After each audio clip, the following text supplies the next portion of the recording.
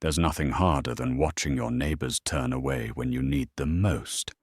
Sometimes a man has to lose everything before he can truly find himself. Jed Colton lost his family ranch 20 years ago when the bank came calling, and the whole town of Dusty Hollow watched it happen without lifting a finger. Now he's back, riding down Main Street in old boots and a worn hat with just a black horse beside him. Folks are laughing and pointing from their porches, calling him the broke cowboy who never learned his lesson. They have no idea about the rare horses grazing on his hidden mesa, or the cattle buyer coming on today's train with more money than this town has ever seen. When that briefcase opens and the truth comes out, those same neighbors will remember why you should never count a good man down. What secret has Jed been hiding all these years? Before we jump back in, tell us where you're tuning in from. And if this story touches you, make sure you're subscribed, because tomorrow I've saved something extra special for you. The dust kicked up by Thunder's hooves settled like old ghosts along Main Street as Jed Colton rode deeper into the heart of Dusty Hollow. His father's silver pocket watch, the one artifact he'd managed to save from the foreclosure, pressed against his chest through his worn shirt, its familiar weight a reminder of better times. Every building, every storefront, every crack in the weathered boardwalk told a story he'd spent 20 years trying to forget. The Merchant's Bank still stood on the corner where it always had, its red brick facade now faded to the color of dried blood. Jed's jaw tightened as he passed, remembering the day Harold Merchant himself had walked onto the Colton ranch with papers that might as well have been death certificates. The old man's words still echoed, "Business is business, Jed.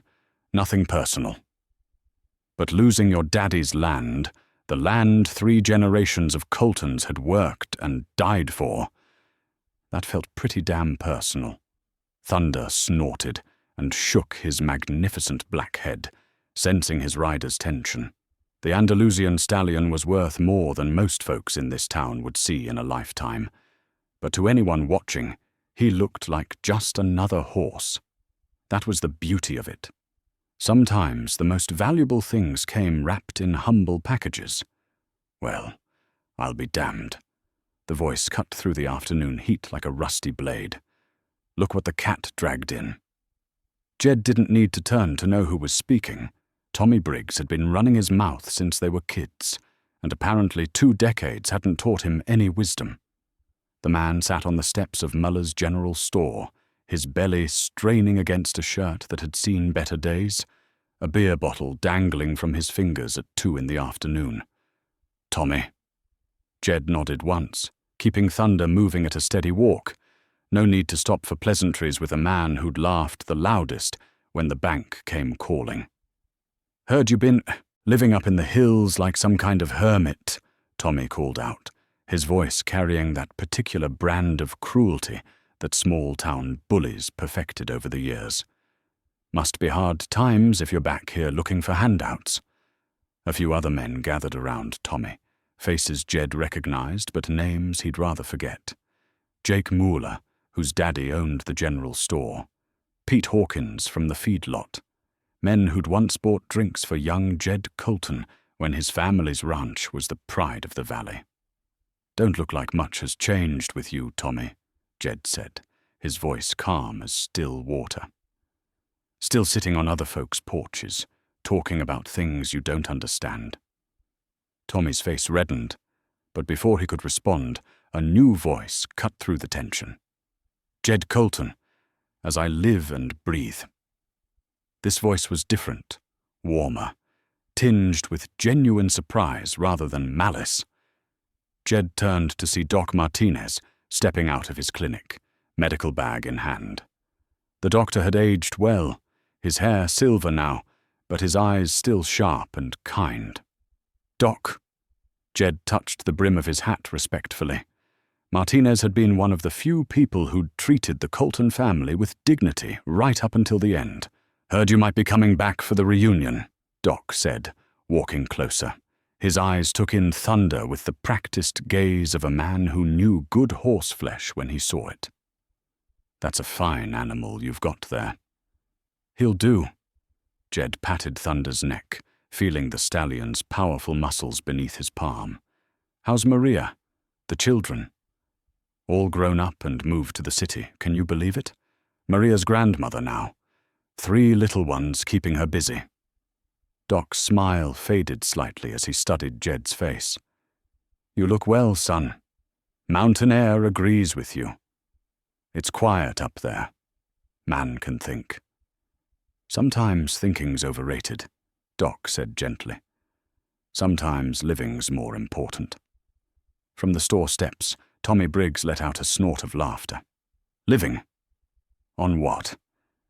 "Last I heard, you didn't have 2 nickels to rub together, Colton. What you been eating up there? Pine cones and rabbit?" Jed's hand instinctively moved to his father's pocket watch, feeling the smooth silver through the fabric. Inside that watch was a photograph, the only picture he had left of his father, and the prize Andalusian mare that had started it all. She'd been beautiful, elegant, and worth a fortune to the right buyer. Too bad his daddy had been too proud to sell her when times got tough.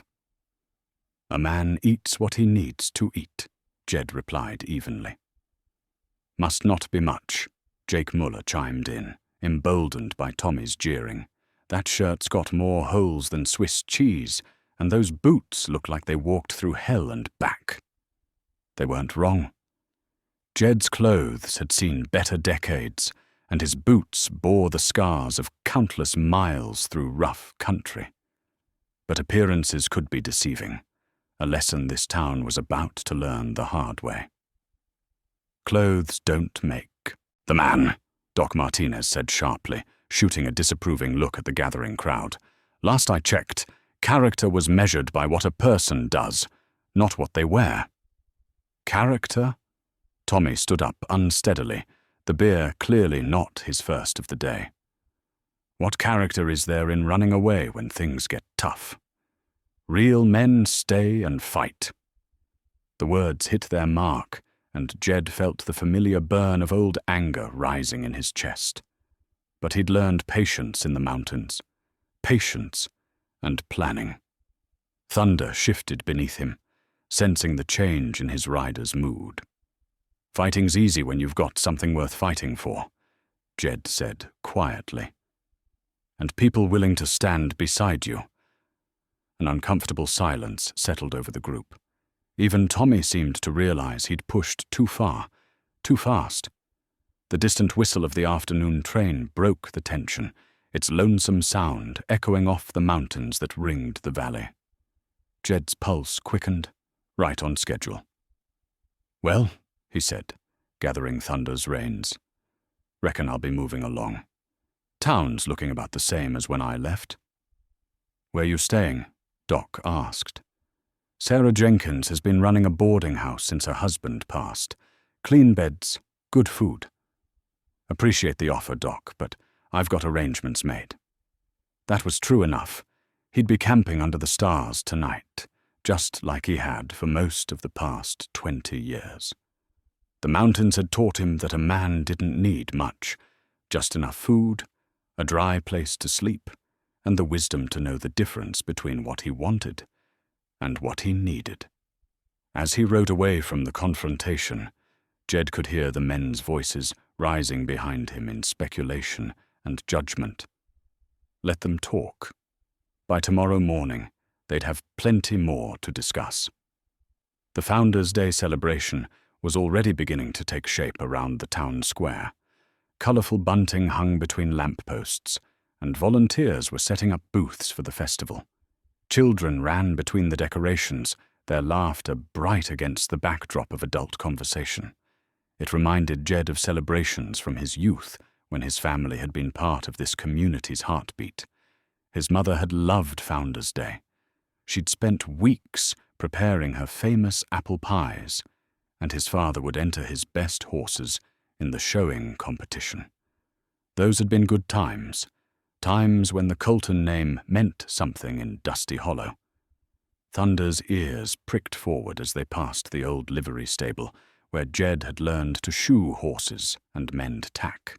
The building stood empty now, its doors hanging askew like broken arms. Progress, folks called it. The automobile had made horses less essential, and businesses like the livery had withered and died.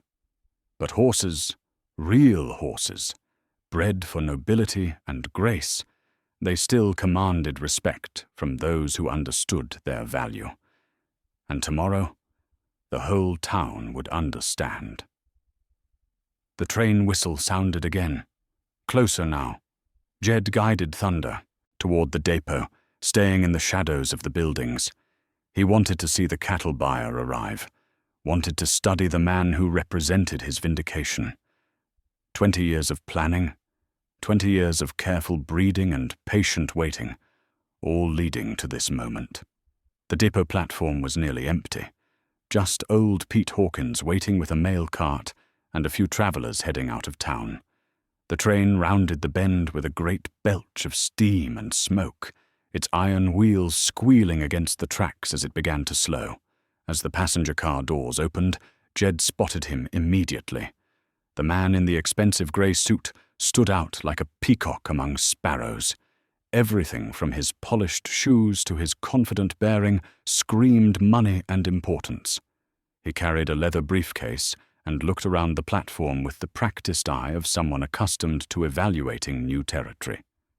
This had to be Charles Whitmore, the Chicago cattle buyer who'd responded to Jed's carefully worded telegram. A man who dealt in livestock worth more than most people's houses, who understood that true value wasn't always obvious to the casual observer. Jed smiled grimly as he watched Whitmore scan the small crowd, clearly looking for his contact. Tomorrow morning, at the Founders' Day celebration, Mr. Whitmore would see the horses that had been quietly grazing in the high meadows above Dusty Hollow. And when the whole town witnessed that transaction, when they saw just how much those worthless animals were worth, every snicker and sideways glance from today would taste like ash in their mouths. His father's pocket watch seemed to pulse against his chest, keeping time with his heartbeat.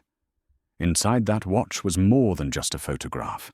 It was a promise that the Colton name would mean something again, that 20 years of exile and struggle would finally bear fruit.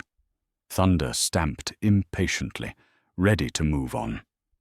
Jed gave the stallion his head, letting the magnificent animal pick their path through the lengthening shadows toward the mountains that had become his home. Tomorrow would bring vindication, but tonight belonged to preparation and memory. As they rode out of town, Jed could feel eyes on his back, curious, dismissive, pitying eyes that saw only a broken man returning to the scene of his failure. Let them look. Let them judge. Tomorrow, those same eyes would see the truth that had been hidden in plain sight all along. Sometimes the most valuable treasures were the ones nobody thought to look for. The morning sun painted the mountains in shades of gold and amber as Jed broke camp in the high meadow above Dusty Hollow. His father's brass compass, worn smooth by 3 generations of Colton hands, pointed true north toward the hidden valley where his real treasure grazed. The antique instrument had guided his grandfather through cattle drives and his father through the darkest nights, and now it would guide Jed through the most important day of his life.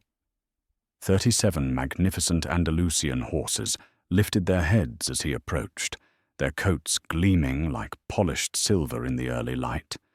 Each animal represented years of careful breeding, selective trading, and patient investment. They were descendants of Spanish royalty, their bloodlines traceable to the great horses that had carried conquistadors across oceans and continents.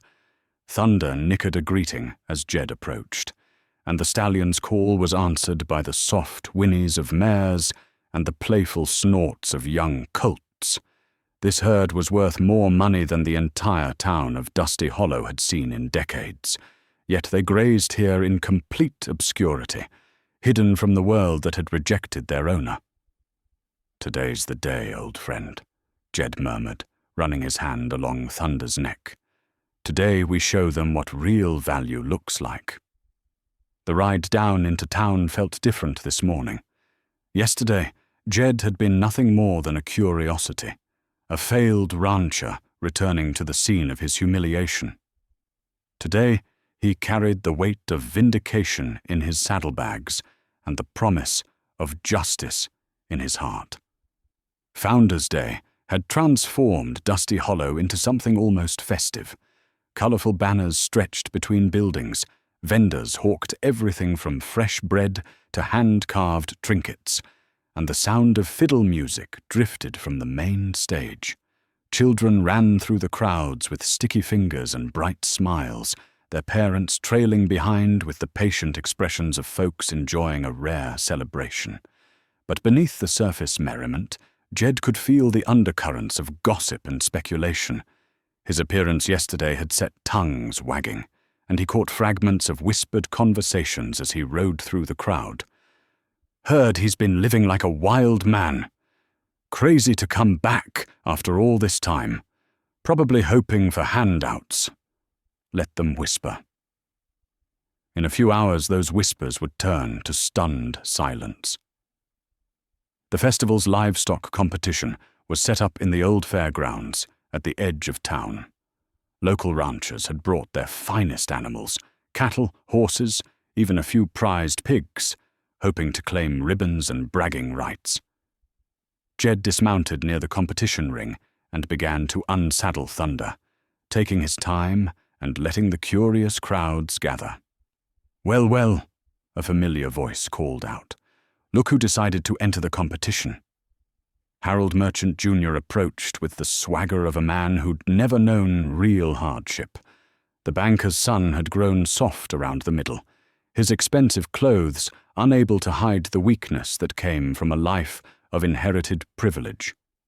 Behind him trailed the usual collection of hangers-on, men who laughed at his jokes because of his father's money and nodded at his opinions because of his father's power. "Harold," Jed nodded politely, continuing to tend to Thunder with deliberate care. "That's a decent-looking horse you've got there," Harold said, his tone dripping with condescension. Course, decent's about all most folks can afford these days. Not like the old times when people could afford the really fine animals. The dig was obvious and intentional. Harold was referring to the Colton family's legendary horse breeding operation, the one that had died along with their land and reputation 20 years ago. "Beauty's in the eye of the beholder," Jed replied calmly, running the curry comb along Thunder's flanks. The stallion's coat gleamed like black silk, muscles rippling beneath the surface with barely contained power. "True enough," Harold laughed. "Though I hear tell there's a fancy cattle buyer in town, fellow from Chicago who knows real quality when he sees it. Might be interesting to see what he thinks of the local livestock." Jed's hand stilled for just a moment on Thunder's neck. So Harold knew about Whitmore. That wasn't surprising. In a town this small, news traveled faster than wildfire. What was interesting was how quickly Harold had moved to position himself as the obvious choice for any serious business. "Mr. Whitmore's staying at my daddy's hotel," Harold continued, clearly enjoying what he thought was his advantage. "We had dinner last night, talked about the kind of operation he's looking to invest in. Seems he's got very particular standards." "I imagine he does," Jed said quietly. "Yeah, well, standards are important in business. Can't just throw money at any old thing and hope for the best. Takes breeding to recognize real quality. Breeding and connections." The insult hung in the air like smoke from a bad fire. Harold was making it clear that whatever Whitmore was buying, it wouldn't be coming from a failed rancher with nothing but pride and a single horse. "Harold," a new voice cut through the tension. Doc Martinez approached with his wife, Maria, both dressed in their Founder's Day finest. "I see you're making friends as usual." "Doc, Mrs. Martinez," Harold nodded stiffly. "Just welcoming an old neighbor back to town." "That's real Christian of you," Maria said sweetly, though her dark eyes held no warmth. "Jed, that horse of yours is absolutely beautiful.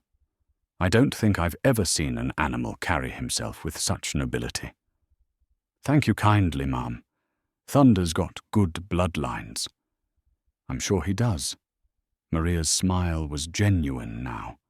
"You know, my grandmother used to tell stories about horses like this.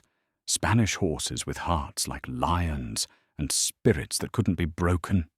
Harold snorted. "Horses are horses, Mrs. Martinez. Pretty stories don't add zeros to a bank account." "Maybe not," Doc said quietly, his physician's eyes studying Thunder with growing interest. "But there's something to be said for breeding that runs true. Look at how he holds his head, how he moves. That's not just good training. That's genetics going back generations." Jed felt a flush of pride at the doctor's recognition. Doc Martinez knew horses. His family had been raising them for decades before the automobile changed everything. If Doc could see Thunder's quality, it was only a matter of time before others did too.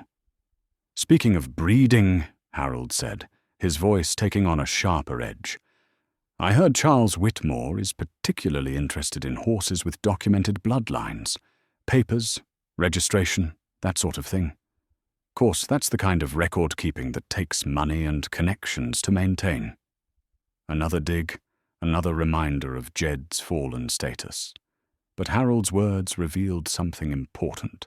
Whitmore was indeed interested in horses, not just cattle, and bloodlines mattered to him. Good thing Jed had spent 20 years not just breeding horses, but carefully documenting every lineage, every connection to the great Spanish bloodlines that made Andalusians so valuable. "Records are important," Jed agreed. "Man should always know where he comes from." "Exactly," Harold smiled triumphantly. "Which is why I'm confident Mr. Whitmore will be most interested in the horses I'll be showing him this afternoon. Documented bloodlines going back 50 years, proper registration papers, the kind of quality that serious buyers expect." The crowd around them had grown larger, drawn by the tension and the magnificent stallion at the center of it all. Jed could see faces he recognized. Some hostile, some curious, a few genuinely interested in Thunder's obvious quality. "Competition starts at 2:00, Harold announced loudly enough for everyone to hear. "Should be interesting to see what passes for quality these days." As Harold walked away with his entourage, Doc Martinez stepped closer to Jed. "That man's got more pride than sense," he said quietly. "Always has. Ever since we were kids." "Pride's not always a bad thing," Jed replied, watching Harold's retreating figure. "Depends on what you're proud of." "True enough." Doc paused, studying Thunder again. "Jed, I don't want to pry, but that horse, there's something special about him. Something that goes beyond good breeding. Every horse is special to somebody, Doc." "Maybe so.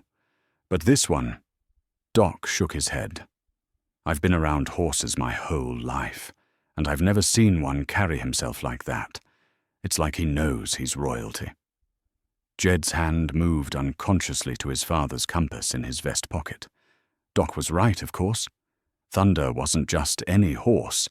He was the culmination of 20 years of careful breeding, the living embodiment of a dream that had sustained Jed through 2 decades of exile and struggle. At 2:00, when the competition began and Whitmore got his first look at what real Andalusian breeding could produce, Harold Merchant Jr. was going to learn that some dreams were worth waiting for, and the whole town of Dusty Hollow would finally understand that they'd been wrong about Jed Colton all along. The livestock competition drew a crowd that spilled beyond the old fairground fences, with townspeople perching on hay bales and leaning against fence posts to get a better view. At the center of it all sat Charles Whitmore, the Chicago cattle buyer, his expensive gray suit and gold-rimmed spectacles marking him as clearly as a neon sign in the dusty, rural setting. He held a worn leather notebook, the kind serious men used for serious business, and made careful notes as each animal was presented. Jed positioned himself at the edge of the crowd, Thunder's reins loose in his hands. The stallion stood perfectly still, but Jed could feel the controlled energy thrumming through the magnificent animal's body. Thunder knew he was being watched, evaluated, and the horse's natural pride was evident in every line of his posture. "Ladies and gentlemen," called out Mayor Davidson, his voice carrying over the crowd with the authority of a man who'd been running this show for 15 years. "Welcome to our annual Founders' Day livestock exhibition. We're honored to have with us today Mr. Charles Whitmore, a distinguished cattle buyer from Chicago, who'll be evaluating our finest animals." Polite applause rippled through the crowd as Whitmore stood and nodded graciously. He was younger than Jed had expected, maybe 45, with sharp eyes and the confident bearing of a man accustomed to making decisions worth thousands of dollars. "The competition begins with our cattle entries," Mayor Davidson continued, gesturing toward an impressive collection of Herefords and Angus. "First up, we have the Merchant Ranch's prize bull, Caesar." Harold Merchant Jr. strutted into the ring, leading a massive Hereford bull that was undeniably impressive. The animal was perfectly proportioned, with the kind of muscled bulk that spoke of excellent breeding and careful feeding. Harold wore his best clothes and a smile that could have lit up the county courthouse. "Caesar here represents 4 generations of selective breeding," Harold announced, his voice carrying the practiced confidence of a born salesman. His sire was purchased from the finest ranch in Kansas, and his bloodline can be traced back to champion stock in England. Whitmore leaned forward in his chair, making notes in his leather notebook. The crowd murmured appreciatively as Harold led Caesar through his paces, demonstrating the bull's temperament and conformation with the skill of someone who'd been showing animals since childhood. "Magnificent animal," Whitmore said when Harold finished his presentation. "The muscle definition is excellent, and his temperament appears very manageable. What kind of offspring has he sired?" 32 calves in the past 3 years, Harold replied proudly. "Everyone healthy, strong, and fast-growing. We've got ranchers from 3 counties wanting to breed their stock to Caesar." More approving murmurs from the crowd. Several local ranchers nodded in agreement. Harold wasn't lying about Caesar's reputation. The bull was genuinely impressive, and Harold's presentation was polished and professional. The competition continued with other cattle entries, some good, some mediocre, but none matching Caesar's obvious quality. Jed watched it all with the patience of a man who'd learned to wait for the right moment. His time would come. "Now we move to our horse entries," Mayor Davidson announced as the cattle were led away. "First up, the Hawkins Ranch presents their quarter-horse stallion, Dakota." Pete Hawkins led a solid bay horse into the ring. Dakota was a good animal, strong, well-trained, the kind of horse that would serve a working ranch faithfully for years. But there was nothing exceptional about him, nothing that would make a sophisticated buyer take notice. 3 more horses followed, all decent animals, all clearly outclassed by what was coming. Jed could see the pattern developing. The local ranchers were presenting solid, practical stock, the kind of animals that made sense in a working agricultural community. But Whitmore was looking for something more. "Next," Mayor Davidson called out, consulting his list, "we have Harold Merchant Jr. presenting his thoroughbred mare, Duchess." Harold reappeared leading a beautiful chestnut mare with clean lines and an aristocratic bearing. Duchess was everything a thoroughbred should be: elegant, refined, with the kind of bloodline that commanded respect in racing circles. "Duchess is a daughter of Northern Dancer," Harold announced, his chest swelling with pride. "Her bloodline includes 3 Kentucky Derby winners, and she's produced 2 stakes-winning colts in her 4 years of breeding." This was impressive, and Whitmore's interest was obvious. He stood from his chair and walked closer, examining Duchess with the practiced eye of someone who understood quality horseflesh. "Beautiful animal," Whitmore said, running his hand along Duchess's neck. "Northern Dancer bloodline is always valuable. What are you asking for her?" "She's not for sale," Harold replied smoothly. "But I'd be happy to discuss breeding arrangements, or possibly selling one of her offspring." Whitmore nodded, making more notes. "I'd definitely be interested in continuing that conversation." The crowd was buzzing now. Harold's presentation had been masterful, combining genuine quality with the kind of pedigree that serious buyers understood. Several townspeople shot glances at Jed, their expressions ranging from pity to amusement. How could a broke cowboy with 1 horse possibly compete with this? "Our final entry," Mayor Davidson announced, his voice carrying a note of uncertainty, "is Jed Colton presenting his stallion, Thunder." A hush fell over the crowd as Jed led Thunder into the ring. The stallion's coat gleamed like polished obsidian in the afternoon sun, and his movement was pure poetry, each step controlled, powerful, graceful. But Jed could feel the skepticism radiating from the crowd like heat from a forge. "Thunder is an Andalusian stallion," Jed said, simply, his voice carrying clearly in the sudden quiet. His presentation lacked Harold's polish, but there was something in his tone, a quiet confidence that made people listen. Whitmore's head snapped up from his notebook, his interest suddenly sharp and focused. "Andalusian? Pure breed?" "Yes, sir. Pure Spanish bloodline, traceable to the royal stables of Córdoba." The crowd stirred uneasily. Most of them had never heard of Andalusians, but Whitmore clearly had. The Chicago buyer was out of his chair again, moving toward Thunder with an intensity that hadn't been there for any of the other animals. "May I?" Whitmore gestured toward Thunder. "Of course." Whitmore approached the stallion slowly, respectfully. Thunder stood perfectly still, allowing the examination with the dignity of true nobility. Whitmore's hands moved expertly over the horse's conformation, shoulders, back, legs, neck, his expression growing more amazed with each passing moment. "Extraordinary," Whitmore breathed. "The bone structure, the muscle development, this is world-class breeding." Harold Merchant Jr. was frowning now, clearly confused by the buyer's reaction. "It's just a horse," he said loudly enough for everyone to hear. "Looks good enough, I suppose. But where are the papers? The registration?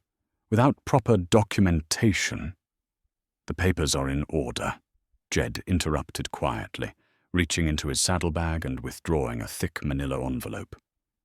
"Full registration, bloodline documentation going back 12 generations, health certificates, and breeding records." Whitmore took the envelope with the reverence of a man handling ancient treasure. As he opened it and began examining the documents, his expression shifted from interest to amazement to something approaching awe. The crowd watched in growing confusion as the sophisticated buyer from Chicago became completely absorbed in a set of papers belonging to the town's most notorious failure. Something was happening here that nobody understood. Something that was about to change everything. The silence in the fairground stretched like a taut wire as Charles Whitmore studied the documents in Jed's manila envelope. His fingers traced over each page with the reverence of a scholar examining ancient manuscripts. The breeding charts, registration papers, and bloodline documentation told a story that few people in this small town could possibly understand. But Whitmore understood it perfectly. Jed's father's leather-bound breeding journal lay at the bottom of the envelope, its worn covers hiding 20 years of meticulous record-keeping. Every entry was written in Jed's careful handwriting, documenting births, lineages, health records, and the slow, patient process of building something extraordinary from the ashes of loss. "This is impossible," Whitmore whispered, his voice barely audible above the murmur of the confused crowd. He looked up at Jed with something approaching disbelief. "According to these records, you're telling me you have 37 head of pure Andalusian stock, direct descendants of Cartujano bloodlines?" "That's correct," Jed replied calmly, though his heart was hammering against his ribs. Harold Merchant Jr. pushed forward, his face reddening with indignation. "Now wait just a minute. There's no way. I mean, where would he get that kind of stock? And the expense?" He gestured helplessly at Jed's worn clothes and modest appearance. "Look at him." "Appearances can be deceiving, Mr. Merchant," Whitmore said, without taking his eyes off the documentation. "What I'm looking at here represents one of the most valuable private horse collections in North America. If these bloodlines are authentic—" "They're authentic," Jed interrupted quietly. He reached into his vest pocket and withdrew his father's leather-bound breeding journal, opening it to a page marked with a faded ribbon. "Started with one mare 23 years ago. Salvadora, daughter of Esperanza, granddaughter of the legendary stallion Conquistador." Whitmore's hands trembled slightly as he took the journal. "Conquistador? The Conquistador that was stolen from the Royal Spanish Riding School in 1952. "Not stolen," Jed corrected. "Rescued. During the war, when the stables were bombed, a Spanish groom named Miguel Santos saved 12 horses, including Conquistador. He brought them to America and spent the rest of his life trying to preserve the bloodlines." The crowd was growing restless, sensing something significant happening, but unable to follow the technical discussion. Doc Martinez pushed closer, his medical training making him appreciate the precision and detail in Jed's records. "Miguel Santos died when I was 19, Jed continued, his voice taking on the cadence of a man telling a story he'd carried for decades. He'd been trying to sell his horses for years, but couldn't find buyers who understood their value. Most folks just saw expensive animals that ate too much and couldn't pull a plow or work cattle." "So you bought them?" Whitmore asked, completely absorbed in the narrative. "Bought one. Salvadora. Cost every dollar my father had saved, plus a loan against the ranch." Jed's jaw tightened with old pain. "My daddy thought I was crazy. Spending that kind of money on one horse when we needed practical stock for working the ranch?" Harold snorted. "Sounds like your daddy had more sense than you did. No wonder you lost the place." The cruel comment hung in the air like smoke. But Jed didn't flinch. He'd heard worse over the years, and besides, Harold didn't understand what had really happened. "The drought hit 2 years later," Jed continued, speaking directly to Whitmore now. "Lasted 3 seasons. Cattle prices dropped, feed got scarce, and the bank started calling notes. My daddy wanted me to sell Salvadora to save the ranch." "But you didn't," Whitmore said softly. "It wasn't a question. Couldn't. Salvadora was pregnant with her first foal, Thunder's grandfather. Miguel Santos had made me promise to preserve the bloodline, to keep it pure. Said these horses were living history, and once they were gone, they'd never come back." Maria Martinez stepped closer, her grandmother's stories about Spanish horses suddenly making perfect sense. "So you chose the horses over the ranch?" "I chose the future over the present," Jed replied. "The ranch was already lost. We just didn't want to admit it. But the horses—" He gestured toward Thunder, who stood listening to the conversation with the intelligence that marked his breeding. The horses were forever. Whitmore was frantically calculating in his notebook now, cross-referencing bloodlines and making notes about genetic diversity and breeding potential. Mr. Colton, if what you're telling me is accurate, if you've been breeding Cartusiano Andalusians for 20 years with proper genetic management, the whole herd's grazing in the high meadow about 5 miles north of here, Jed said simply. You're welcome to see them any time. The crowd erupted in confused chatter. Tommy Briggs pushed forward, beer still in hand despite the afternoon hour. This is ridiculous. Charlie, you're talking about some broken-down cowboy like he's got a gold mine up there. Look at his clothes. Look at his horse. It's just another horse. Mr. Briggs, Whitmore said coldly, finally looking up from his calculations. What you're calling just another horse is worth more than every animal in this competition combined. And if Mr. Colton has 36 more animals of similar quality, he paused, consulting his notes again. We're talking about a collection worth somewhere between $8 and $12 million. The number hit the crowd like a physical blow. Several people actually stumbled backward, and Tommy Briggs dropped his beer bottle, which shattered on the dusty ground with a sound like breaking dreams. Million? Harold's voice cracked like a teenager's. That's impossible. You can't be serious. I'm completely serious, Whitmore replied. Andalusians of this quality, with documented Cartujano bloodlines, are among the most sought-after horses in the world. There are Saudi princes who would pay $250,000 for a single animal, and European collectors who've been searching for these exact bloodlines for decades. Doc Martinez let out a low whistle. Jed, do you understand what this means? You're not just wealthy. You're one of the richest men in the state. Jed's hand moved unconsciously to his father's breeding journal, feeling the weight of 20 years of careful entries, detailed observations, and unwavering faith in a vision that everyone else had called foolish. Means I can finally keep my promise to Miguel Santos, he said quietly. Means these horses will survive and flourish like they were meant to. Harold Merchant Jr. was staring at Thunder with a look of dawning horror.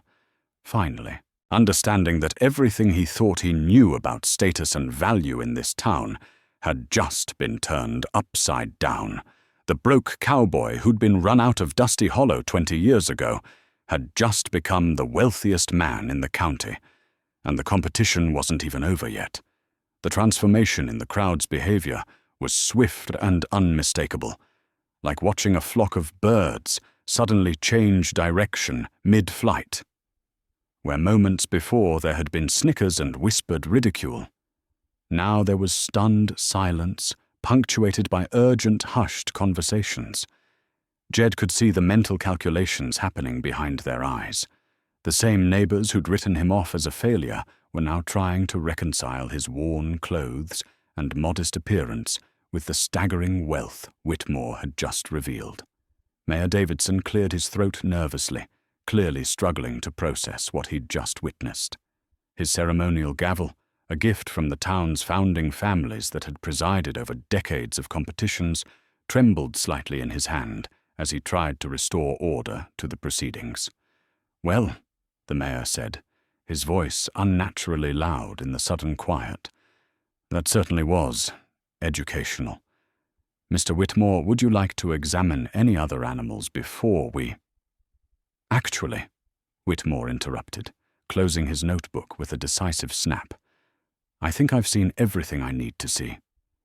Mr. Colton, would it be possible to visit your herd this afternoon? I'd very much like to see the rest of your stock. Of course, Jed replied calmly, though inside he felt a surge of vindication so strong it made his knees weak.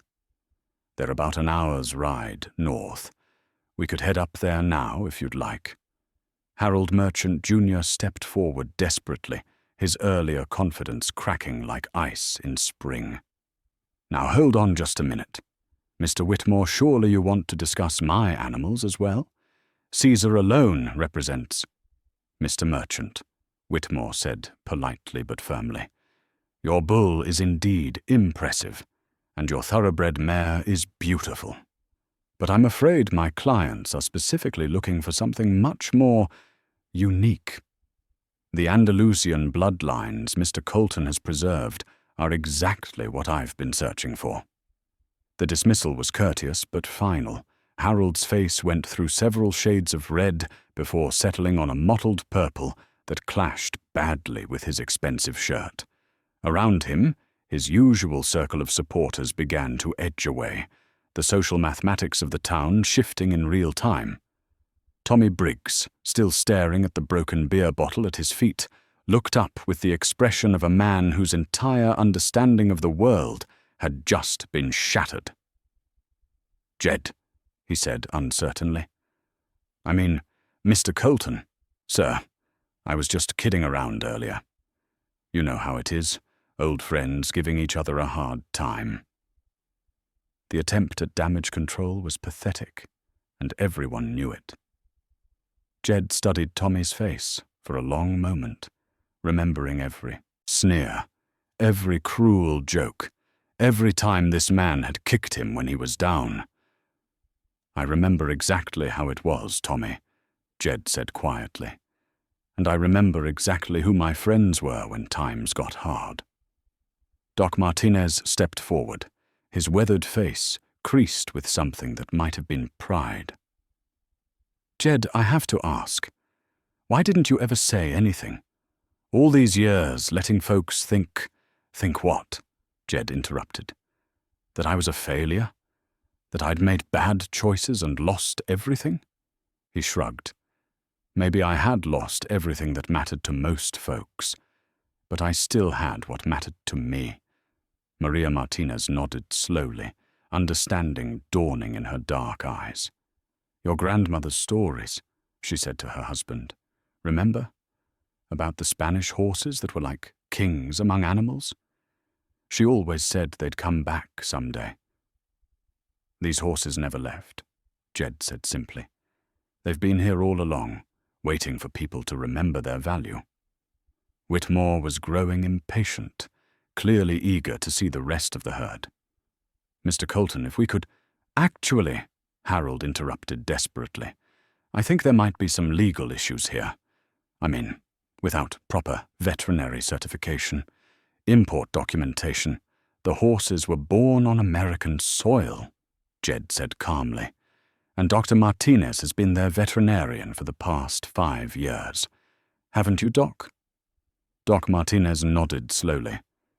Every animal in Jed's herd has current health certificates and vaccinations. I drive up to his place twice a year for wellness checks.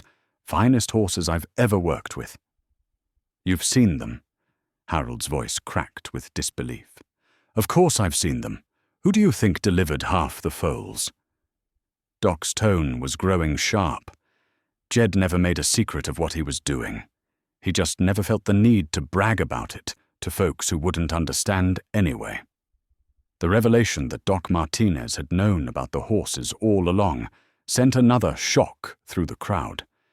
If the respected doctor had been involved, if he could vouch for the animal's health and authenticity, then Whitmore's incredible valuation was undoubtedly real. Mrs. Peterson from the general store pushed forward timidly. Jed, Mr. Colton, I just wanted to say, about that time you needed credit for feed, and we couldn't— Water under the bridge, Mrs. Peterson, Jed said gently. The older woman had always been kind to him, even when times were hardest. Her refusal to extend credit hadn't been personal. It had been survival in a small business with tight margins. But if there's anything we can do now, she continued hopefully, any way the store can help with your operation. Jed almost smiled at the transparent attempt to get on his good side now that his circumstances had changed, but he kept his expression neutral, neither encouraging nor discouraging her overture. Whitmore consulted his pocket watch, a beautiful gold timepiece that probably cost more than most of her the townspeople made in a year. "Mr. Colton, I really would like to see your herd while there's still good light. Perhaps we could continue these conversations later?" "Of course." Jed gathered Thunder's reins, preparing to mount. "Anyone who wants to see the horses is welcome to come along, though I should warn you, it's rough country. Not everyone's built for mountain riding." The challenge was subtle, but unmistakable. 20 years ago, these same people had shown their true colors when he needed support. Now they'd have to decide whether their newfound interest was worth the effort required to back it up. Harold made one last, desperate attempt to salvage the situation. "Mr. Whitmore, I hope you'll reconsider my offer. The merchant ranch has been a cornerstone of this community for generations. We have the infrastructure, the connections, the reputation."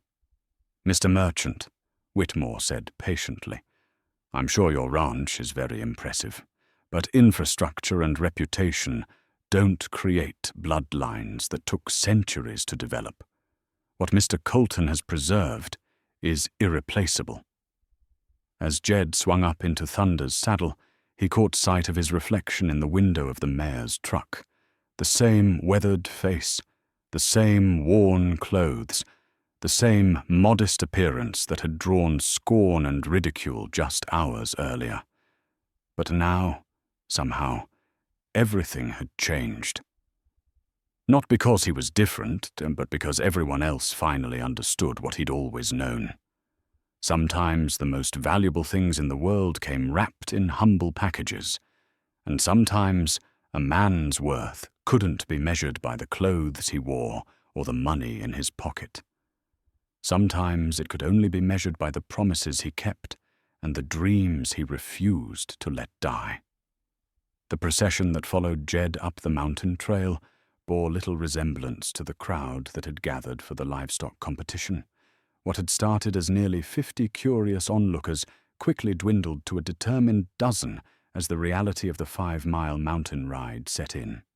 Jed's father's old surveying chain, hanging from Thunder's saddle as both practical tool and reminder of the land measurements that had once defined the Colton family's boundaries, clinked softly with each step as they climbed higher into the thin air.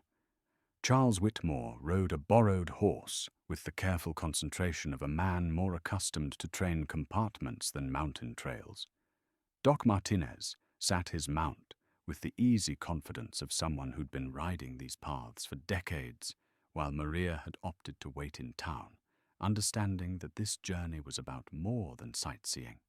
Harold Merchant Jr. had insisted on coming, despite his obvious discomfort on horseback.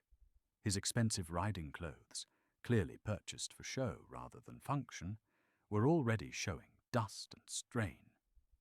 Behind him rode Mayor Davidson, sweating profusely and clearly regretting his decision to join what he'd assumed would be a casual afternoon ride. Tommy Briggs had lasted exactly 1 mile before turning back, muttering excuses about having to help his wife with something urgent. 3 others had followed him, leaving only the most determined, or most calculating, members of the original group. "How much further?" Harold called out, his voice tight with exertion and barely concealed irritation. "About another mile," Jed replied without turning around. "Trail gets steeper from here, though." The path they followed was barely wide enough for single-file riding, carved into the mountainside by decades of careful use. Jed had maintained it himself over the years, clearing fallen trees and reinforcing weak spots with his own hands. Every stone, every turn, every vista point held memories of the solitary life he'd built in exile. As they climbed higher, the landscape opened up to reveal vistas that took the breath away. Rolling hills covered in golden grass, distant peaks topped with snow even in summer, and the kind of pristine wilderness that reminded a person how small they really were in the grand scheme of things. "Beautiful country," Whitmore observed, his earlier impatience giving way to genuine appreciation. "How long have you been living up here?" 20 years, give or take," Jed replied. "Built my cabin about 2 miles from where we're heading. Close enough to watch the horses, far enough away to give them space." 20 years of solitude, Doc Martinez mused. "That takes a special kind of man." "Or a stubborn one," Jed said with a slight smile. "Depends on your perspective." Harold's horse stumbled slightly on the rocky path, and he grabbed the saddle horn with white knuckles. "This is insane," he muttered. "No wonder nobody knew about these horses. Who's going to come all the way up here to buy livestock?" "People who understand value," Whitmore said simply. "Mr. Colton, I have to say, keeping your herd this isolated was actually brilliant. Most horse operations deal with constant stress from visitors, potential thieves, disease exposure from other animals. Your horses have been living in what amounts to a protected sanctuary." Jed nodded thoughtfully. The isolation hadn't been planned as a business strategy. It had been born of necessity and pain. But Whitmore was right. The horses had thrived in their mountain paradise, free from the pressures and problems that plagued most breeding operations. They crested a ridge, and suddenly the hidden valley spread below them like something from a fairy tale. Green meadows stretched between stands of aspen and pine. A crystal-clear stream wound through the center, and scattered across the grassland like living jewels were the horses. Even from a distance, their quality was obvious. They moved with a grace and nobility that set them apart from ordinary animals, their coats gleaming in the afternoon sun, their bearing proud and alert.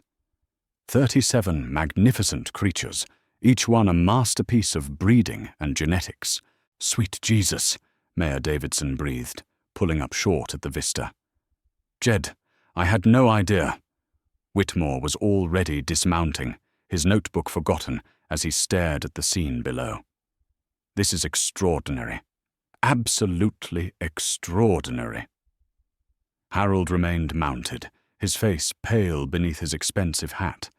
The reality of what he was seeing, the sheer scale and obvious quality of Jed's operation, was finally sinking in. This wasn't some lucky accident or exaggerated story. This was a world-class horse-breeding program that had been operating in complete secrecy just miles from his own ranch. "How do you manage them all?" Whitmore asked as they began the descent into the valley. "Feed, water, medical care for this many animals?" "Stream provides water year-round," Jed explained. "Meadows have enough grass for the herd, supplemented with hay I grow in the lower pastures. As for medical care," he nodded toward Doc Martinez. "Doc makes house calls twice a year, more if needed." As they rode closer, individual horses began to lift their heads, watching the approaching riders with intelligent curiosity rather than fear. A magnificent gray stallion, Thunder's father, Jed realized, cantered over to investigate, his movement so fluid it seemed choreographed. "That's Alejandro," Jed said as the stallion approached. "Thunder's sire, Salvadora's first colt." Whitmore slid from his horse and approached Alejandro with the reverent care of a man handling priceless art. The stallion allowed the examination, standing perfectly still as the buyer evaluated his conformation, his temperament, his obvious quality.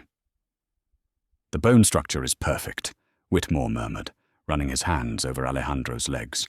"Look at that neck, that natural arch, and his disposition, completely calm, completely confident." More horses were gathering now, drawn by curiosity and the presence of Thunder, who was clearly the herd's acknowledged leader despite his youth. Mares with foals at their sides, young stallions testing their developing strength, older animals bearing the wisdom and dignity of their bloodlines. "Mr. Colton," Whitmore said finally, straightening up and fixing Jed with an intense stare. "I need you to understand something. What you've accomplished here, it's not just impressive, it's historic. These bloodlines, this genetic diversity, the quality of your breeding program. There are kings who would envy what you've built." Harold dismounted unsteadily, clearly overwhelmed by what he was witnessing. "I don't understand," he said weakly. "How is this possible? The expense, the knowledge required." 20 years of reading," Jed said simply. 20 years of learning from every mistake, every small success.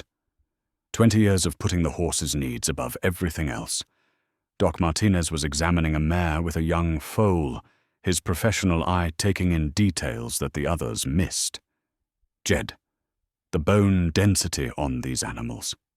The muscle, development. What are you feeding them?" "Mountain grass, clean water, and respect," Jed replied. "Turns out that's all they really needed." As the sun began to sink lower in the western sky, casting long shadows across the hidden valley, Whitmore pulled out his notebook and began making calculations that would change everything. The broke cowboy's secret was finally revealed, and it was more magnificent than anyone had dared imagine. The golden light of late afternoon painted the hidden valley in shades of amber and honey as Charles Whitmore finished his examination of the herd. His notebook was filled with measurements, observations, and calculations that grew more extraordinary with each entry. But it was the small leather pouch he withdrew from his briefcase, containing what appeared to be an antique medallion that would transform this already remarkable day into something approaching the miraculous. "Mr. Colton," Whitmore said, his voice carrying a weight that made everyone stop what they were doing. "Before we discuss business, there's something you need to know about why I'm really here." Jed paused in his grooming of thunder, sensing a shift in the atmosphere. "I thought you were looking to buy horses for your clients in Chicago." "That's true, but it's not the whole truth." Whitmore held up the medallion, its silver surface catching the dying light. "This belongs to the Royal Spanish Riding School in Vienna. It's been in my family for 3 generations, ever since my great-grandfather served as their head trainer before the war."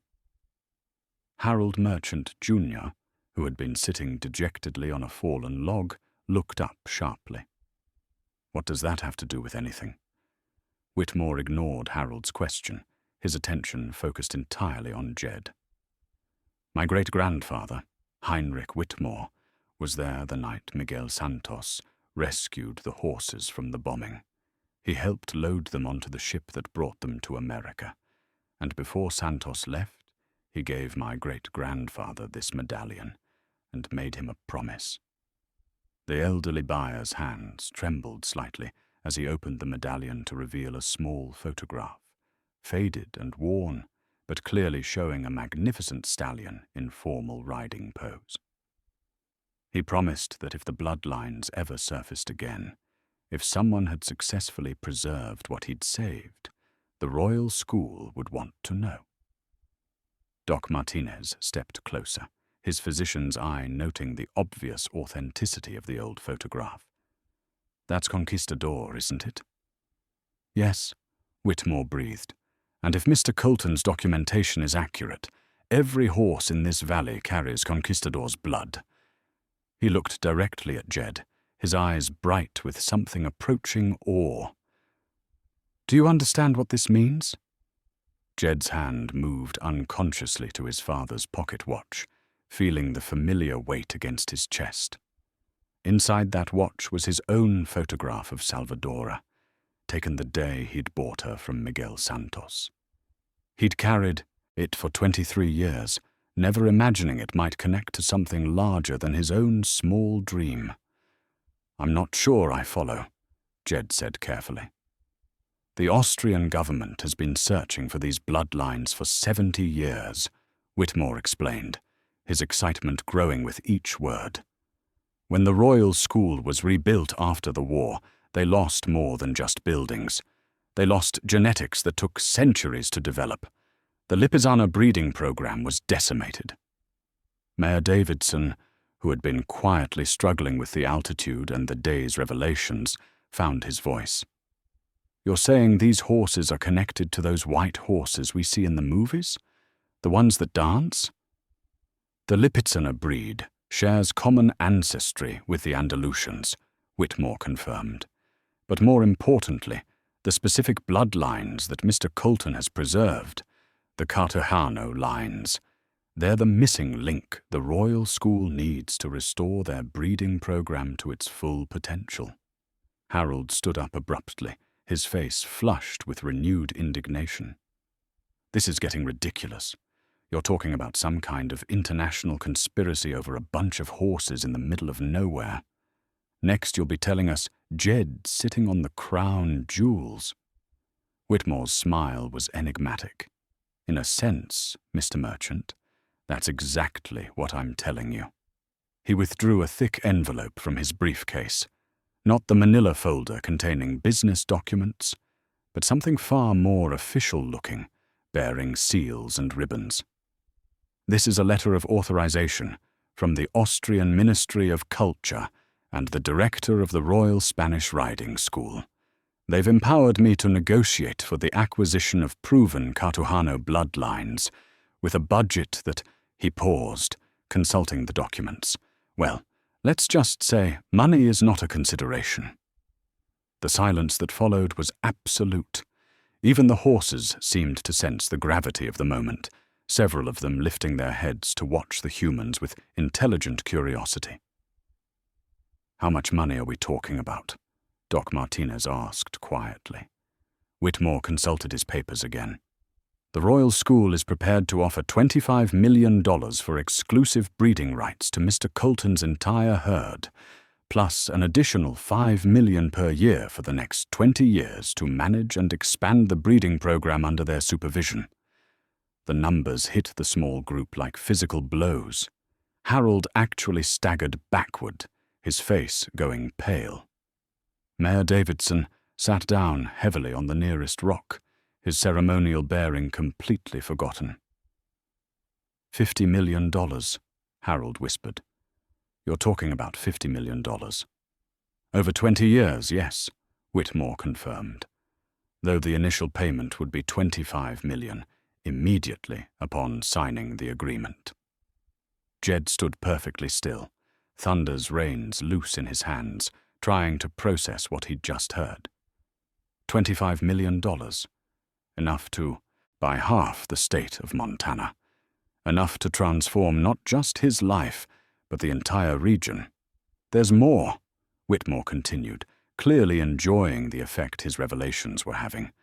"The Austrian government is prepared to designate this valley as an official breeding preserve, with full diplomatic protection and international recognition. Mr. Colton would become the official custodian of one of the world's most important genetic treasures." "Diplomatic protection?" Doc Martinez asked. "What does that mean?" "It means this herd would have the same legal status as a national monument," Whitmore explained. "Complete protection from seizure, taxation disputes, or government interference. The horses would be considered cultural treasures of international significance." Harold was staring at Jed with an expression of complete bewilderment, as if he were seeing him for the first time. "I don't understand any of this," he said weakly. "How did you know? How could you possibly have known that these horses were—" "He didn't know," Whitmore interrupted. "That's what makes this so remarkable. Mr. Colton preserved these bloodlines simply because he believed they were worth preserving. He had no idea of their international significance." Jed finally found his voice. "Miguel Santos never mentioned any of this. He just said the horses were special, that they needed protecting." "Santos was a simple man who'd been through terrible trauma," Whitmore said gently. "He probably didn't fully understand the significance of what he'd saved. He just knew it was important to keep the bloodlines pure and hope that someday the right person would recognize their value." The medallion in Whitmore's hand caught the light again, its silver surface reflecting the faces of the horses that grazed peacefully around them. Jed could see the chain of connections now. Santos rescuing the horses from war, his own father's faith in buying Salvadora, 20 years of patient breeding, and now this moment when the circle finally closed. "Mr. Colton," Whitmore said formally, "on behalf of the Austrian government and the Royal Spanish Riding School, I'm authorized to make you an offer that would change your life forever. But I want you to know that whatever you decide, you've already accomplished something extraordinary. You've preserved a piece of living history that the world thought was lost forever." As the sun sank lower behind the western peaks, painting the hidden valley in shades of gold and crimson, Jed Colton, the broke cowboy who'd been run out of Dusty Hollow 20 years ago, realized that he was now facing a decision that would affect not just his own future, but the preservation of genetic treasures that dated back centuries.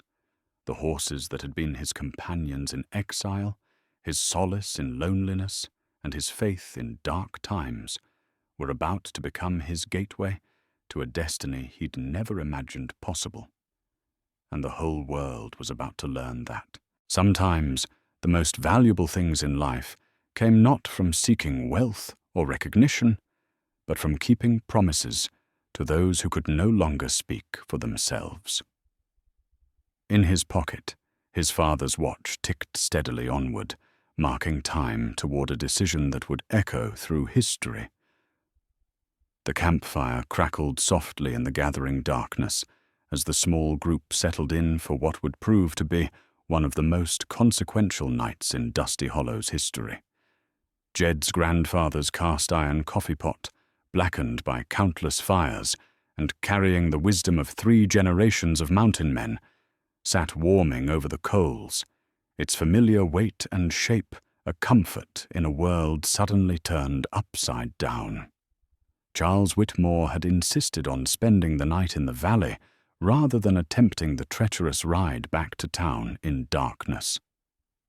Mayor Davidson, despite his obvious discomfort with outdoor accommodations, had agreed to stay as well, recognizing that he was witnessing something that would fundamentally change their small community.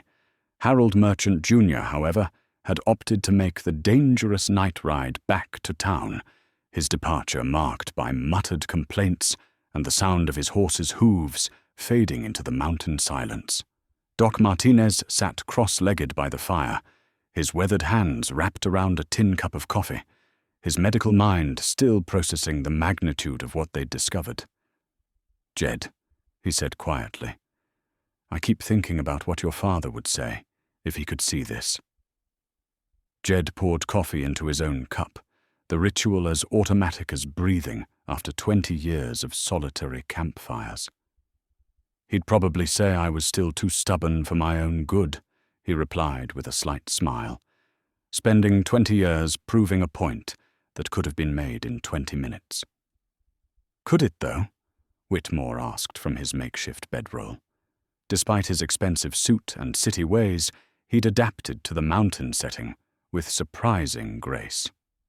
"Mr. Colton, what you've accomplished here required more than just good breeding stock. It required vision, patience, and an almost supernatural faith in something most people couldn't see." The businessman pulled out his notebook again, though in the firelight it was impossible to read his calculations. "I've been thinking about your decision all afternoon. $25 million is life-changing money. But I want you to understand something else. If you accept this offer, you'll be giving up more than just ownership of your horses." "How so?" Mayor Davidson asked, leaning forward with the intensity of a man whose town's future might hang in the balance. "The Austrian breeding program is extraordinarily scientific," Whitmore explained. "Every aspect of the horses' lives would be monitored, controlled, optimized. They'd live in climate-controlled barns, eat precisely measured feed, exercise on schedules developed by equine physiologists. It would be the most advanced horse breeding program in the world." Jed's hand moved unconsciously to the coffee pot's handle, feeling the smooth wood worn by decades of use. And if I don't accept? Then you continue what you've been doing, Whitmore said simply, but with the knowledge that these bloodlines are even more precious than you realized, and with the certainty that other offers will come, from governments, from private collectors, from people who see dollar signs rather than living history. The implication hung in the night air like smoke. Once word got out about the true value of Jed's herd, his 20 years of peaceful isolation would be over forever. The hidden valley would become the center of international attention, whether he wanted it or not. There's something else you need to consider, Doc Martinez said slowly. The impact on Dusty Hollow itself. That kind of money coming into our community. It would change everything. Change how? Whitmore asked, his businessman's curiosity aroused. Well, for starters, the mayor said, finally finding his political voice again. We'd need to upgrade our infrastructure. The road up to this valley, for instance. It couldn't handle the kind of traffic an international breeding operation would generate. Jed looked up sharply. What do you mean? Think about it, Mayor Davidson continued, his mind already racing through possibilities. Veterinarians flying in from Vienna, genetic specialists from universities, tourists wanting to see the famous horses. We'd need a proper road, maybe even a small airstrip. Hotels, restaurants, gift shops. You're talking about turning this into some kind of theme park, Jed said, his voice carrying a warning edge. Not a theme park, Whitmore said carefully, but certainly a destination. The Royal Spanish Riding School attracts hundreds of thousands of visitors every year. There's no reason a properly managed breeding facility couldn't do the same. Doc Martinez was shaking his head slowly. Jed spent 20 years protecting these horses from exactly that kind of attention.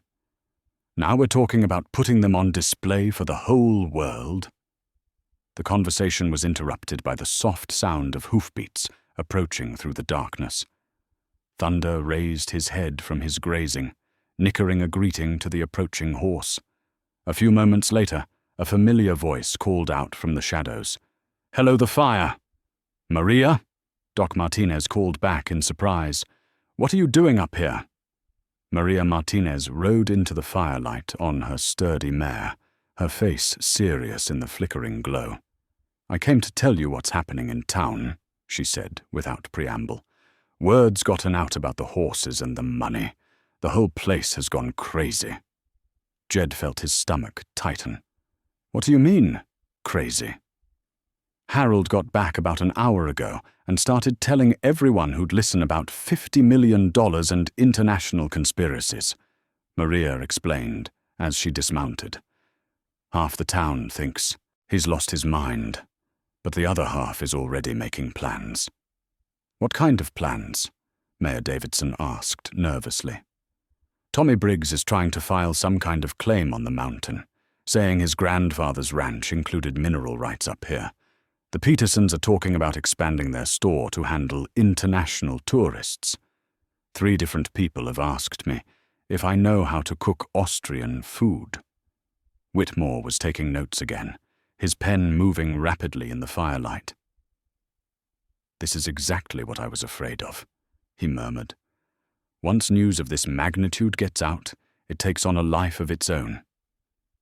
"There's more," Maria continued grimly. "A reporter from the county newspaper is driving up from the state capitol first thing in the morning." Harold called him with the story. The implications hit Jed like a physical blow. By tomorrow afternoon, news of the discovery would be spreading beyond Dusty Hollow. By the end of the week, it could be national news. His sanctuary, his 20 years of careful privacy, would be shattered forever. "Mr. Colton," Whitmore said gently, "I don't want to pressure you, but Maria's news changes the timeline considerably. Once this story goes public, you'll be dealing with more than just an offer from the Austrian government. There will be competing bids, legal challenges, Media attention. People trying to take advantage, Doc Martinez added grimly. Lawyers, agents, all sorts of folks who smell money. Jed stood up abruptly, walking to the edge of the firelight where he could see the horses grazing peacefully in the moonlit meadow. They had no idea that their quiet world was about to be turned upside down, that their value had been measured in numbers that would make them the center of international attention. What do you think Miguel Santos would want? He asked quietly, not turning around. The question surprised everyone, including Whitmore, who had to think for a moment before answering. I think he'd want the bloodlines to survive and flourish. That was always his primary concern, even if it meant giving up the peace and freedom they've had here. I don't know, Whitmore admitted. That's a question only you can answer. Jed's grandfather's coffee pot began to whistle softly on the coals, the sound as familiar as his own heartbeat. 3 generations of his family had made decisions around fires like this one, weighing options that would affect not just their own futures, but the legacy they'd leave behind. His father had chosen to risk everything on Jed's vision of preserving the horses. Miguel Santos had chosen to trust a young man with the genetic treasures he'd rescued from war. Now it was Jed's turn to choose between security and sanctuary, between wealth and wilderness, between sharing his miracle with the world and protecting it from the world. The horses continued their peaceful grazing, unaware that their future hung in the balance as a small group of humans sat around a campfire, wrestling with a decision that would echo through history. In his pocket, his father's watch ticked steadily toward dawn, and the moment when everything would change, one way or another. Tomorrow, Jed Colton would have to decide not just what kind of future he wanted for himself, but what kind of legacy he wanted to leave for the magnificent creatures that had been his only companions through 20 years of exile. The broke cowboy who had preserved a miracle was about to discover that some decisions were too big for any one person to make alone. But he was the only one who could make this one. Dawn broke over the hidden valley with the kind of crystalline clarity that only came at high altitude, painting the meadows in shades of gold and emerald as the morning mist lifted from the stream. Jed's mother's pewter mirror, the one artifact he'd saved from his childhood home, reflected his weathered face as he splashed cold mountain water on his skin, preparing for what would be the most important day of his life. The campfire had burned down to glowing coals during the night, but the coffee pot still sat warm on the stones, testament to generations of Colton practicality. Around the dying fire, his unexpected guests were stirring. Charles Whitmore folding his expensive suit jacket with the careful precision of a man unaccustomed to sleeping rough. Mayor Davidson groaning softly as he worked the kinks out of his back. Doc and Maria Martinez quietly discussing the implications of what they'd witnessed. Thunder approached through the morning stillness, his breath visible in the cool air, and nuzzled Jed's shoulder with the familiar affection of 20 years together.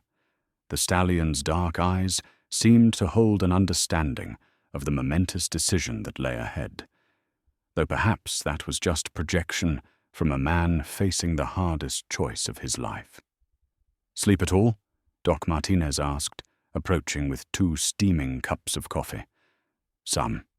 Jed accepted the coffee gratefully, though the truth was he'd spent most of the night walking among the horses, touching their necks, remembering the years of solitude and patience that had brought him to this moment. "Any thoughts about what you want to do?"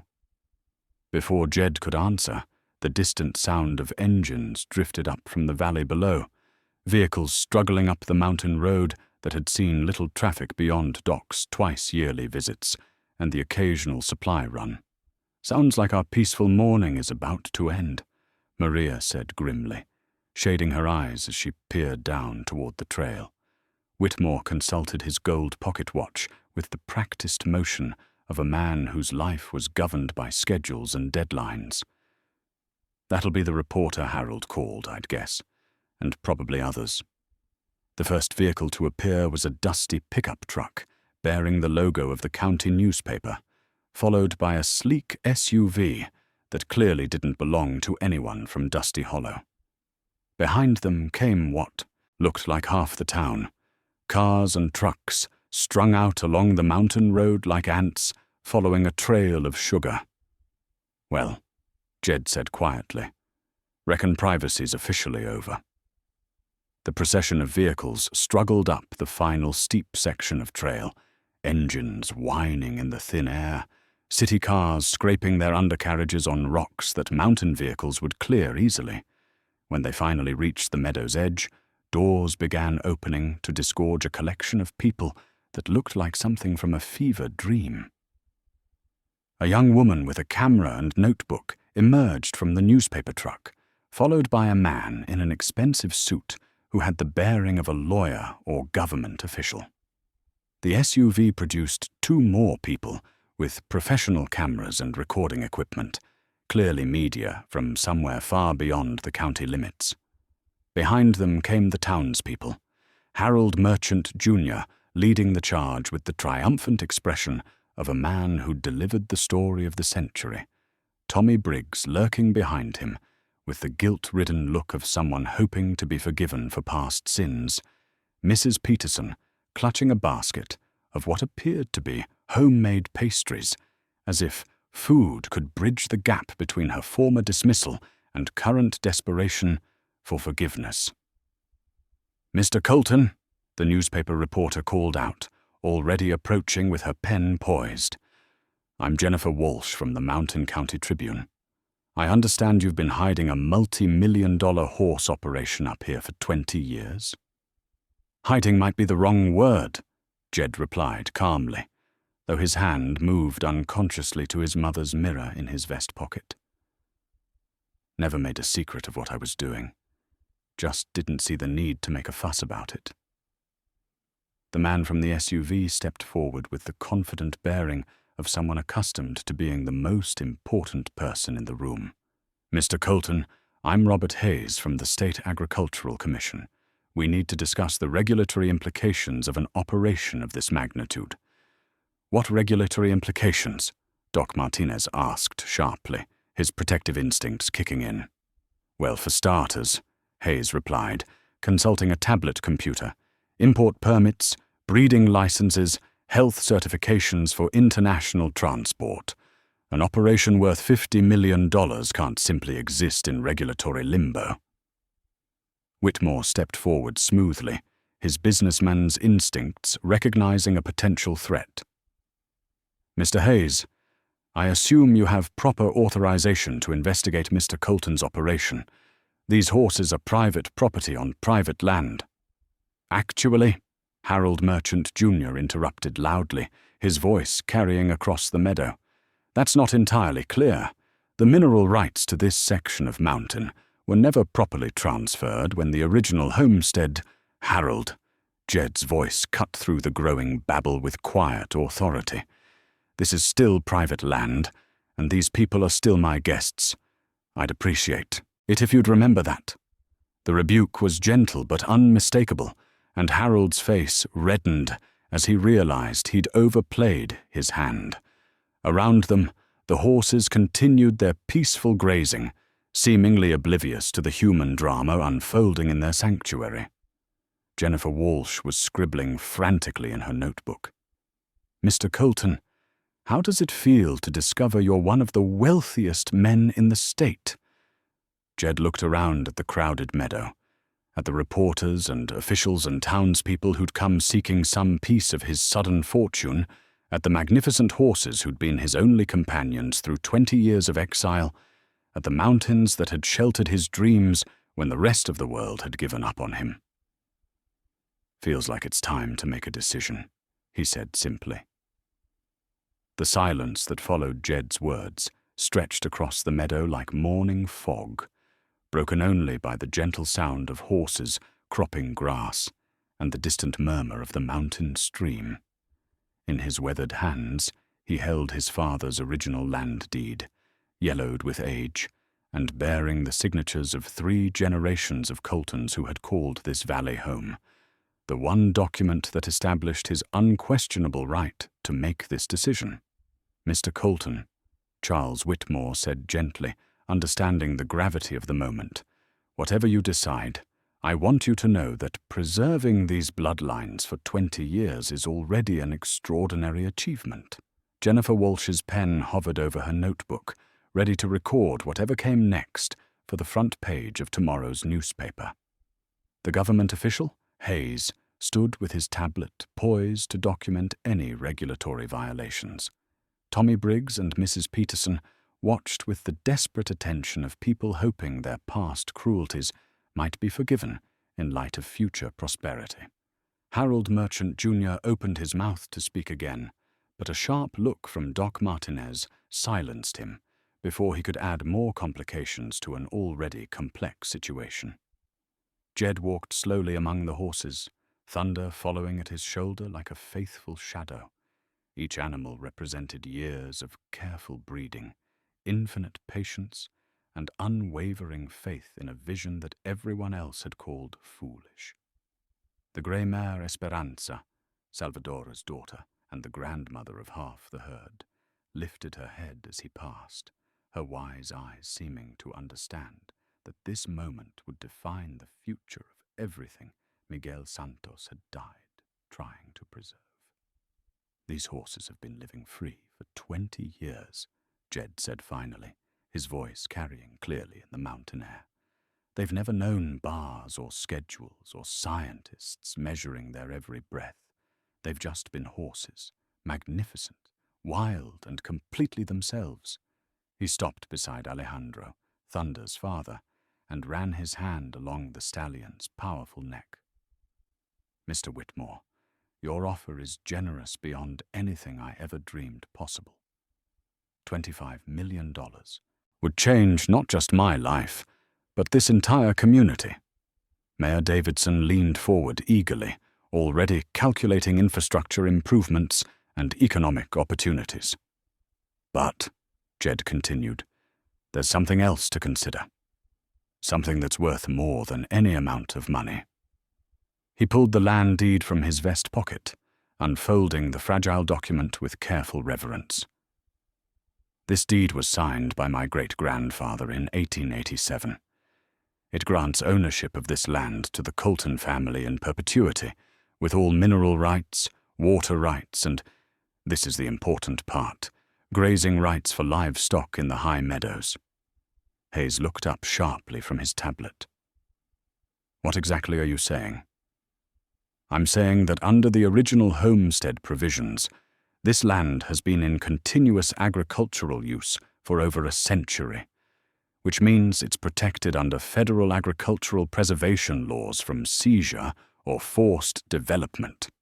Whitmore nodded slowly, beginning to understand.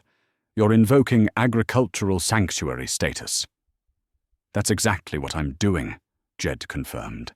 "As of this moment, I'm designating this valley as the Santos Memorial Horse Preserve, named after the man who saved these bloodlines from extinction." The crowd stirred uneasily, sensing that Jed's decision wasn't going to benefit them in the ways they'd hoped. "The preserve will be managed as a working ranch," Jed continued, "with the horses living exactly as they have for the past 20 years. Free, natural, and protected from commercial exploitation." "But the money!" Harold burst out, his dreams of reflected prosperity crumbling. "You're walking away from $50 million. "No," Jed said calmly. "I'm choosing something worth more than $50 million. I'm choosing to keep the promise I made to Miguel Santos 20 years ago." Jennifer Walsh was writing furiously. "Mr. Colton, what about the international significance Mr. Whitmore mentioned? The Austrian government's interest?" Jed looked at Whitmore, who nodded with understanding and professional respect. "The Royal Spanish Riding School is welcome to send representatives to study our bloodlines," Jed said. "They can take DNA samples, document genetics, even arrange limited breeding exchanges. But the horses stay here, living as horses should live. That's not the same as a full breeding program, Whitmore pointed out, though his tone held no criticism. No, it's not, Jed agreed, but it's something better. It's preserving not just the genetics, but the spirit that made these horses special in the first place. He folded the land deed carefully and returned it to his pocket, next to his father's watch and his mother's mirror, the artifacts that connected him to generations of Coltons who had understood that some things were too precious to sell. The Santos Memorial Horse Preserve will welcome visitors by appointment, he announced. Educational groups, researchers, people who want to learn about conservation and heritage breeding. But this will never become a tourist attraction or a commercial operation. As the word settled over the gathered crowd, the horses continued their peaceful grazing, unaware that their future had just been secured not by the promise of wealth, but by the choice to preserve the freedom that had made them magnificent.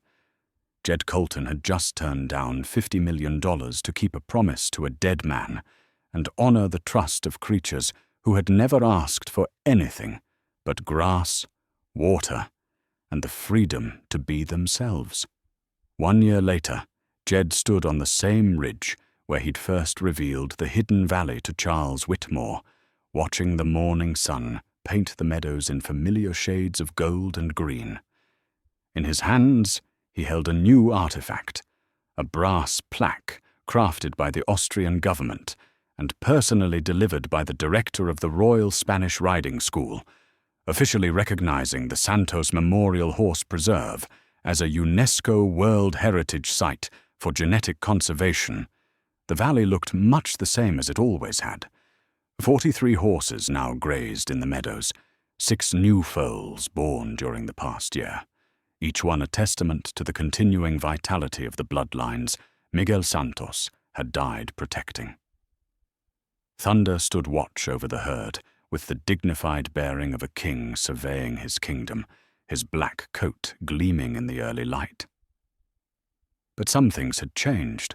A small, tasteful visitor center, built from local stone, nestled at the valley's entrance, designed to blend seamlessly with the mountain landscape. Solar panels provided power for essential services, and a water treatment system ensured the stream remained pristine for generations of horses to come. The infrastructure was minimal, respectful, and completely reversible, exactly as Jed had insisted.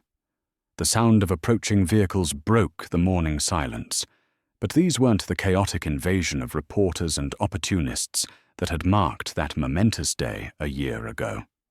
Today's visitors arrived in a small convoy of university vehicles, bringing the latest group of graduate students from the International Equine Genetics Program to study what had become known worldwide as the Colton Collection. Dr. Elena Rodriguez from the University of Córdoba emerged from the lead vehicle, her research team following with the careful precision of scientists who understood they were working with irreplaceable genetic treasures.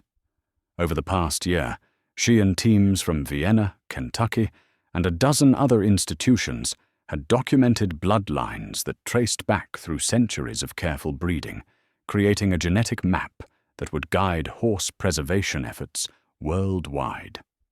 "Good morning, Jed," Dr. Rodriguez called out as her team began unloading their equipment.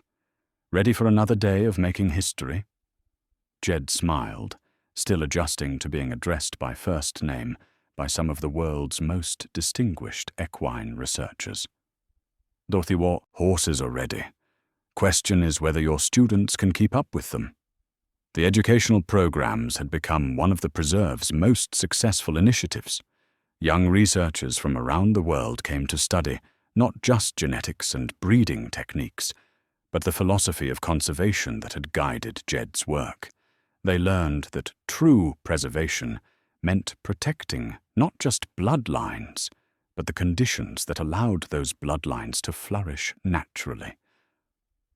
Charles Whitmore appeared from the second vehicle, his expensive suits now replaced by practical field clothes that showed the wear of regular mountain visits. His role had evolved from potential buyer to passionate advocate, helping establish the international network of supporters who funded the preserve's operations and research initiatives. "Jed," he said, approaching with the easy familiarity of a friendship forged through shared purpose. "The delegation from Japan arrives this afternoon. They're particularly interested in your natural feeding program." "Thunder will be happy to demonstrate," Jed replied. He always was a show-off. The morning proceeded with the organized chaos of scientific research. Students took measurements, collected DNA samples, and documented behaviors while the horses accepted the attention with the patient dignity that marked their breeding. Alejandro, now recognized as one of the most genetically significant stallions in the world, submitted to examination with regal tolerance. Around midday, Doc Martinez arrived with his monthly veterinary visit, though his role had expanded far beyond medical care. He'd become something of a celebrity himself, the country veterinarian, whose expertise with Andalusian horses was now sought by institutions worldwide. His twice-yearly speaking tours helped fund medical programs in rural communities across 3 states. "How are they looking?" Jed asked, as Doc finished examining the newest foals. "Perfect as always," Doc replied. "These bloodlines are so stable, so healthy. It's like they were designed by nature herself." "Maybe they were," Jed said quietly. As afternoon shadows lengthened across the valley, the research teams began packing their equipment and preparing for the journey back to town. The Japanese delegation had come and gone, deeply impressed by both the horses and the preserve's commitment to natural management practices. Plans were already in motion to establish similar sanctuaries in other countries, using the Santos Memorial model as a template for genetic conservation worldwide. Jed stood again at his favorite overlook, watching the horses settle into their evening routines. Thunder approached through the gathering dusk, as he had every evening for 21 years, seeking the quiet companionship of the man who had chosen freedom over fortune. In his pocket, the artifacts that had guided his journey, his father's watch, his mother's mirror, his grandfather's compass, rested alongside newer treasures, letters from children whose class projects had been inspired by the preserve's story, photographs from researchers whose careers had been launched by studying the Colton collection, and a simple brass medallion from the Spanish government honoring his role in preserving their equine heritage. The UNESCO plaque would be installed tomorrow in a ceremony attended by dignitaries from a dozen countries, but tonight belonged to the horses and the man who had kept faith with a promise made to a dying stranger 24 years ago. As stars began to appear in the darkening sky, Jed reflected on the journey that had brought him from exile to international recognition, from financial ruin to wealth beyond measure. Not the wealth offered by Austrian buyers, but the deeper richness that came from knowing his life had preserved something irreplaceable. Miguel Santos had been right. Some treasures were worth more than money, more than comfort, more than the opinions of neighbors who measured worth by the wrong standards. Some promises were worth keeping regardless of the cost. Tomorrow would bring new visitors, new discoveries, new opportunities to share the miracle hidden in these mountains for so long. But tonight, as Thunder stood peacefully beside him under the vast Montana sky, Jed Colton, former broke cowboy, current guardian of genetic treasures, knew that he was exactly where he belonged. The horses were safe, the bloodlines would continue, the promise was kept. And sometimes that was worth more than all the gold in the world.